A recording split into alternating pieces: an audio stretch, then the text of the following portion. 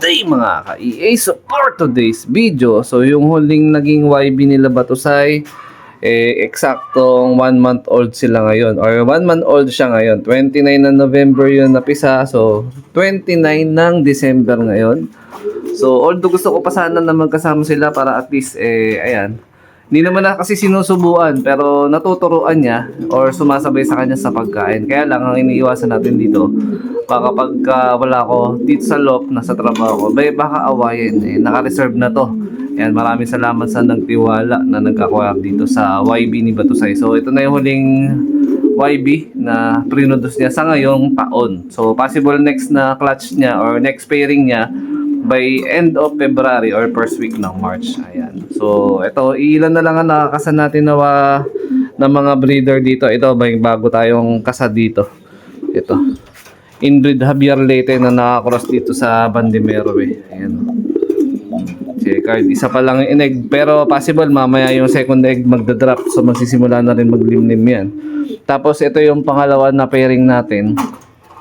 Ayan, shoutout kay Sir Longhair TV. Ito, ayan, Japan to, Japan line niya na nakakross dun sa Jersey na nag-produce na rin sa atin ng 2 times Apari, 1 time Santa Ana, pero yung tropa yung naglipad. Tapos the same time yung nailipad ko na anak naman yan, straight lock ng Quezon Tumatnog. Ayan, so yun yung mga recent na nilipad ng mga naging anak ng mga breeder natin dito.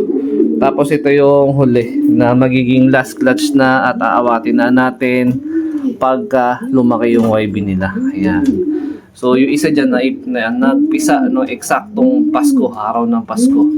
Tapos yung sumunod naman is kinabukasan 26. Yung isa susuksukan natin ng North Band. Yung isa available for out. Pagka hindi na acquire for out, latag natin sa pa-trending bird. Ayan, matik. So yan, kulang tayo ng isa mga kalapatids, no? First dropper natin kahapon sa training ito, Candelaria, Quezon. So hindi tayo sumali ng fundraise, pero nag-training tayo. Ayan, si Ampon. Tapos second dropper natin si Admiral. Stress pa siya. Ayan, si Frankie Boy naman sa mga nag-update, sobrang lugon siya ngayon. Ayan. Hindi pa siya pinaparisan ito Ito ayaw pa mamares kasi kababaklas ko lang nito ni Lady May na to Ayan, pareha sila ng istorya, pansinin nyo. Intact yung sticker niya. Yan. Ito, nilipad natin to ng BFRC 2023. Javier Leyte. Katbalogan Daybird siya noon. Pagdating ng Javier Leyte, hindi nakauwi on time. Umuwi after 1 month and 15 days, parang ganun, or 13 days. Ito naman, umuwi after 3 weeks and 2 days. Ayan, intact din yung sticker niya. Parehas sila ng istorya. Pero plano nga natin na ibalik ng summer race to. Ayan, so for the meantime, pagka nakapaglugon, baka pagparising ko na yung dalawa para makakuha ng possible na anak nila. Susuksukan natin ng North Band. Tapos kasabay ito, balik karera din to ng summer. Vegan finisher na natin to. Ito yung nagkasakit after ng vegan race, tapos di na natin na-load ng Tugigaraw. Itong recent lang na North. So, yan. Ito yung mga ibabalik race natin sa summer. Tapos yung mga bago nating pang summer, ayan, ito. Si Diggy. Ito yung isa pa. Ayan, wala pa tong pangalan Ito, si Iling. Tapos yung red bar naman na to. Tsaka ito, yung grizzle. Ayan, Ayan, mga ating susubukan this coming summer. Uso yung one eye cold ngayon. Yung iba dyan, halos pagaling na ng one eye cold. Hindi talaga maiwasan. Di ko alam, di ko mawari kung bakit ganun. Pero kahit sa unlock, may mga cases ng one eye cold. Siguro depende. Baka siguro sa panahon or sa hangin pag romaronda sila. Although everyday naman tayo naglilinis, nagkakaroon pa rin sila ng one eye cold. Pero yung one eye cold, basta hindi nyo naman din mapabayaan, okay na okay din naman yan. Mabilis lang din naman makarecover yung mga ibon. Ayan. So wala naman tayo na masyadong update ngayon, pero meron pa tayo inaabangan na possible isang ibon, kasi nga kulang ako na isa kahapon sa Candelaria, Quezon. Tapos naikabit na natin yung pinadala na tarpaulin. Ayan, galing sa Kalapatids Advanced Racing Pigeon in Technology. Ayan meron tayong bagong billboard doon sa ibabaw ng ating bahay. Ayan Hindi ko mailagay sa loob kasi nga wala na tayong paglalagay niyan. Kaya naisip ko, dinikit ko na lang dyan sa ibabaw. Ayan So yan is nakakabit using by ang tawag nun? adhesive. Ayan, yung merong foam. So, basta hindi lang siguro yan mabasa or mahanginan ng todo. Hindi na yan gagalaw. Intact na yan mga kalapatids. Ayun, no? Pogi nung nasa logo. She. Ayan. Shoutout nga pala kay si Ronald Gonzales. Ayan. Maraming salamat sa opportunity na maging part ng Kalapatids Pids endorser. Ayan. Meron tayong makukuhang 2 sakong patoka by January. Ayan. Mag-start tayo sa January. Ayan. Maraming salamat po. So, Monday nga ngayon mga kalapatid. So, Monday is flashing day.